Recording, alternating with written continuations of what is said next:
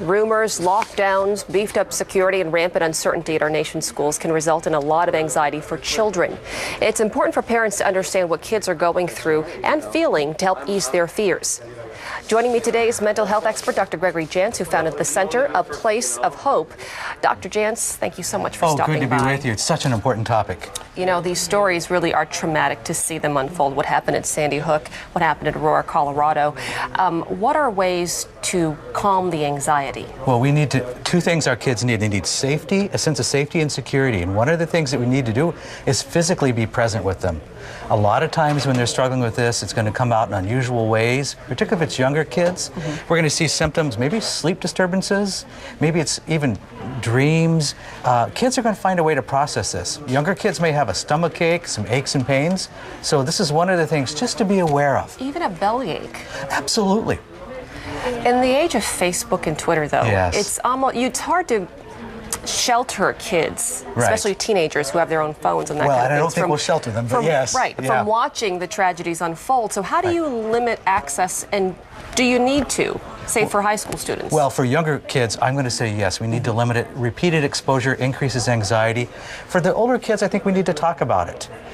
If we're noticing an overdwelling on these things, if we're seeing with an interest in, I'm going to say, first-person shooter games, these kinds of things, I'm going to really be talking to my kids about these things. Should a parent talk to a child every time something like this happens, or do you want your child to come to you first and start the conversation? Well, we need to see how much they know. Every time this happens, including what's happening today in the news, I don't think we keep bringing it to the forefront. One of the things we want to do is ask them how much they know.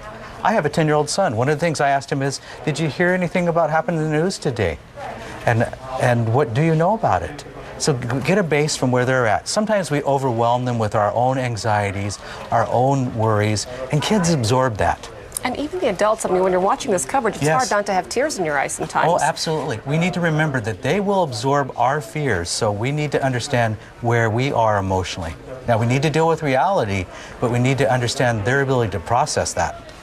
What are some of the signs? I know you briefly touched upon for younger kids, they might have nightmares, even a stomach ache. Yes. Walk us through from the very young to high school teenagers. What are the symptoms that parents might want to pay attention to? We're going to see a kid that may have a lot of complaints, physical complaints. I have a headache, I don't want to go to school, the kids don't like me. You're going to see a lot of excuses, but they're going to be very real for many kids. That's just their way of dealing with the anxiety. A lot of times they're going to have disturbing dreams, as we've talked about. They're going to have disruptive sleep. They're also going to have a change in appetite. Some kids will be driven even not to eat. Other kids will overeat for comfort. Some parents out there might be thinking, do I need to contact my school counselor? Is that a good idea? Well, if this is something that's a continual theme and you're noticing, and I want you to trust yourself as a parent. I think that we trust that intuition and say yes, because I'm always going to err on the side of caring, I'm going to err on the side of safety, and I'm going to err on the side of loving my kid. Dr. Gregory Jantz, thank you so much for stopping by. These tips are very good to know. For more information, please go to our website, KOMOnews.com, and click on KOMO 4 TV.